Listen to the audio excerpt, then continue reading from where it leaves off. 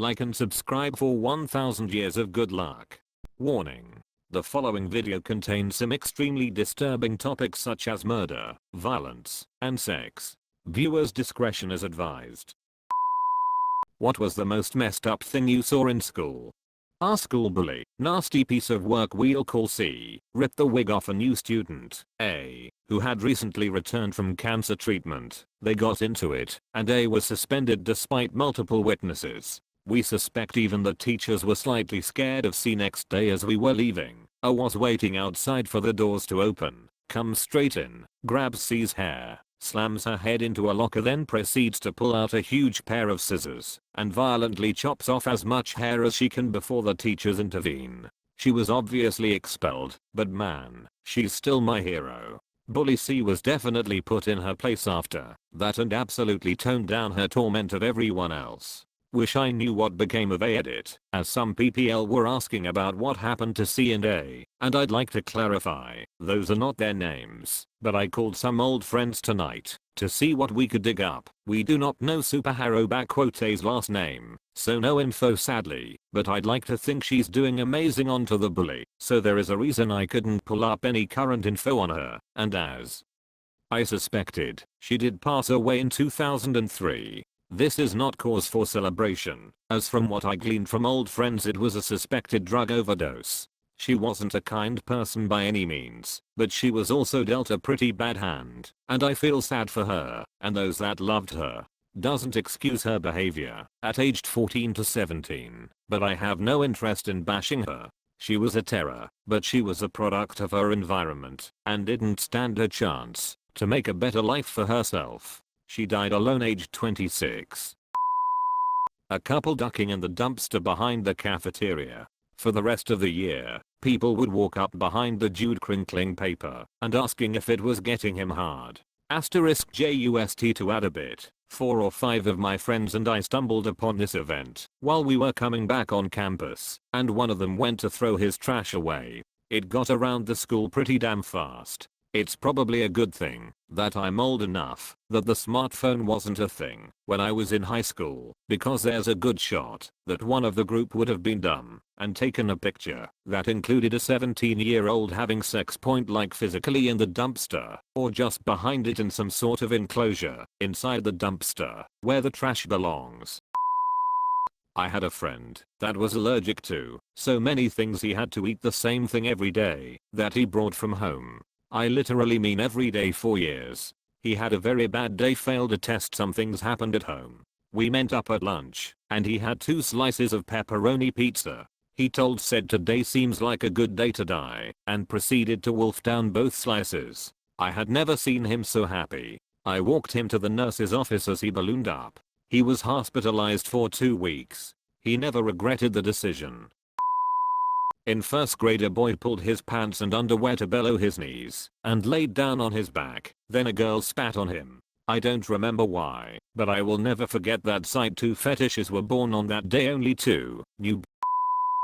I worked at an American school in China a while back. One day, one of the school buses was on the way to campus from the city and there was an accident that students saw. A truck ran over a man riding his bicycle. The students on the bus witnessed the accident and watched as the man lay dying on the road. They were stuck in traffic and couldn't get away from the horrific scene for over 20 minutes. Kids were crying and traumatized. Most of them were elementary school students. There was a lot of grief counseling in the months after that.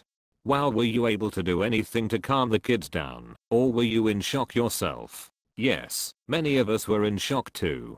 Details given by the bus driver just made the whole situation seem even worse. The bus driver was amazing BTW. He helped calm the students down on the rest of the long drive to school. He was fantastic. According to him, the truck driver drove off and no police came for a long time. Bus driver was Chinese and radioed to other buses about the accident and told them to take a different route, and they all monitored to the radio for information about the situation. Anyway, we had some wonderful counselors in the elementary school, and our principal and assistant principal stepped in to help as well. The students were more in shock to begin with, rather than openly upset and crying by the time they reached school. Again, thanks to the great bus driver who had a wonderful rapport with the students.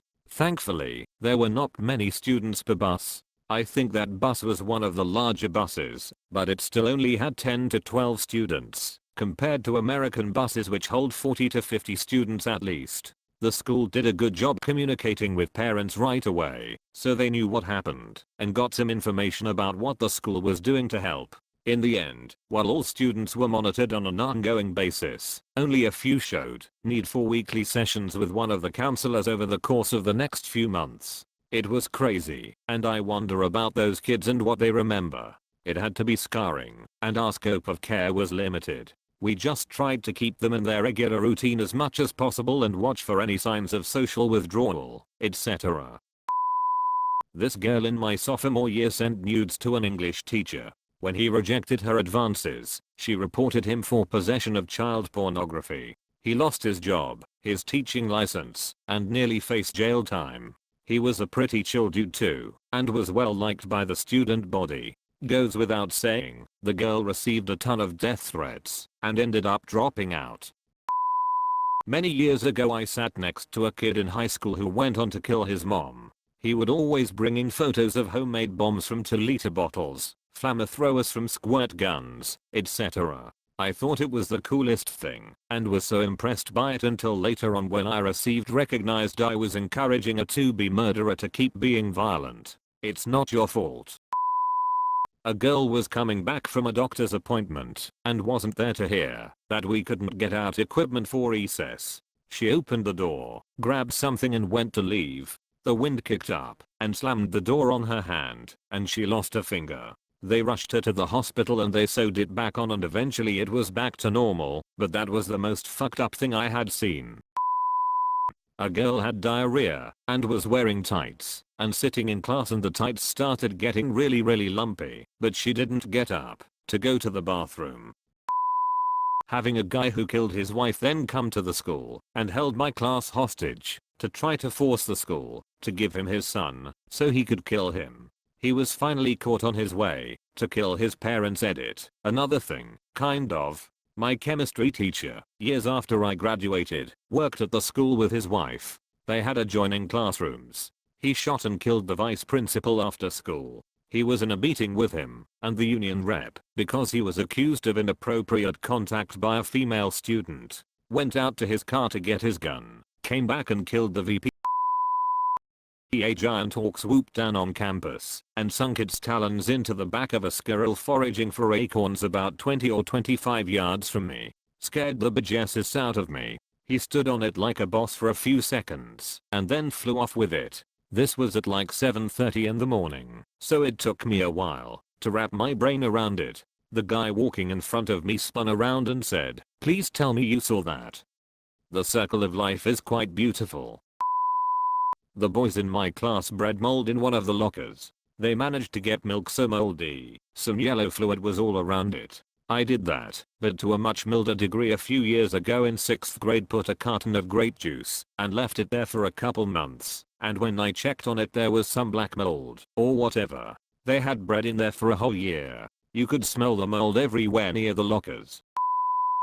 We had this girl in our school who was a year older than me. I didn't knew her very well, but we sometimes made small talk. Soon I noticed she wasn't in school anymore, so I assumed she moved or something like that. 5 months later she came back to school, completely covered in self-harm scars, and by that I don't mean just the arms or legs, chest, her neck, her hands and even her back had multiple scars. She avoided everyone and became a loner. Once I was going to the bathroom during the lesson, and when I opened the door she was standing there cutting herself and crying. I was mortified, but sat next to her and just held her. We sat there for 20 minutes before a teacher came and quickly called the ambulance. BC she bled so much that we sat in a puddle of her blood. I will never forget how much she cried when medicals wanted to help her up, but she let out the most blood-freezing scream I ever heard. They had to restrain her so they could take her to a hospital. I sat there for some more time and just stared at my bloody appearance. I got sent home and just showered and went to bed. She was admitted to a mental hospital where I visited her, and she is doing much better now there. I visit her regularly and we became great friends. In college, a guy dressed as Gandalf came into the classroom and said thou shall not pass, then left. It was right before finals. After all these comments about shootings, fights ending in severed appendages and people pooping everywhere except the bathrooms, your comment is very refreshing. Also, I hope you passed the finals. Someone had taken a massive poop. It was larger than a coffee cup in width and considerably longer. So large it was impossible to flush. People were lined up into the halls to see this monstrosity, including faculty. You know it's a small town when a turd calls that much attention. There was a ginger vegan that would chew carrots up in his mouth and chase people around, spitting carrots at them. He ended up getting his head slammed into a bag hook in a fight afterwards. It was a rival football game and the stands were packed. A section of the old wood bleachers collapsed, and 20 or so students went to the hospital with numerous broken bones, concussions, and lacerations of various degrees.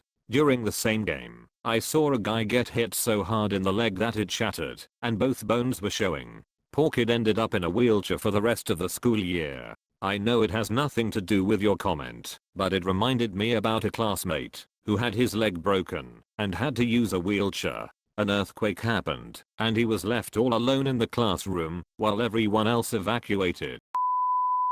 Someone's phone blew up in our school courtyard. Rest of the day smelled like battery juice. This post was sponsored by Samsung Note 7, a phone that gives you a bombastic feeling.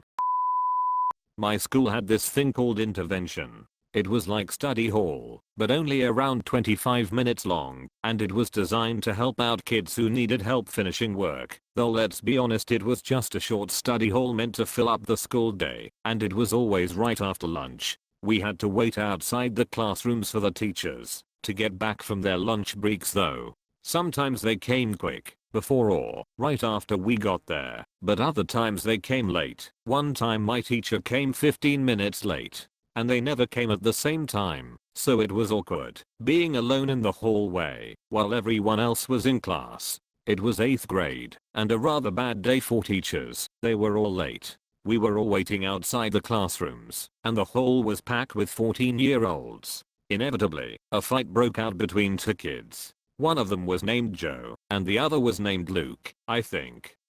I could be wrong on Luke. Joe was a huge prick who was in most of my classes, and Luke was a 7th grader that was also somewhat of a prick. There were punches and pushes thrown, but it was really had to see/hear it because of all the kids. In fact, I didn't even know what was going on until I heard a scream. In the hallway, there was a metal box on the wall that held the fire extinguisher. Joe had pushed Luke into it, and Luke hit the back on his head on the metal corner of it. Luke let out this blood-curdling scream, holding onto the back of his neck, crying and shouting, "My head." Everyone backed away from them, and there I saw Joe standing still, looking horrified, and Luke, on his knees with a trail of blood running down the back of his neck and ear. It was my first time seeing so much blood that wasn't my own, or on the internet, and it really startled us all.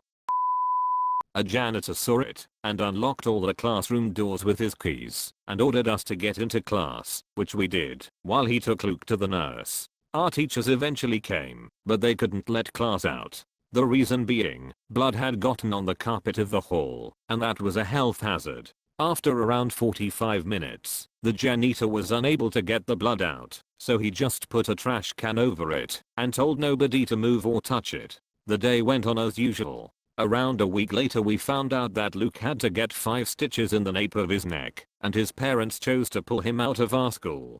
Joe was also suspended for the fight, but apparently Luke's parents threatened legal action, so that suspension turned into an expulsion rather quickly. Rubber padding was put around the fire extinguisher box, so it wouldn't happen again, and to this day I don't know if the blood ever got out of the carpet. TL. Dr. 2 boys fought in the hall, and it ended with one of them needing stitches after bleeding heavily, and the other being expelled, in front of the whole grade. Do you like this type of video? If so, subscribe now, like the video and turn on notifications.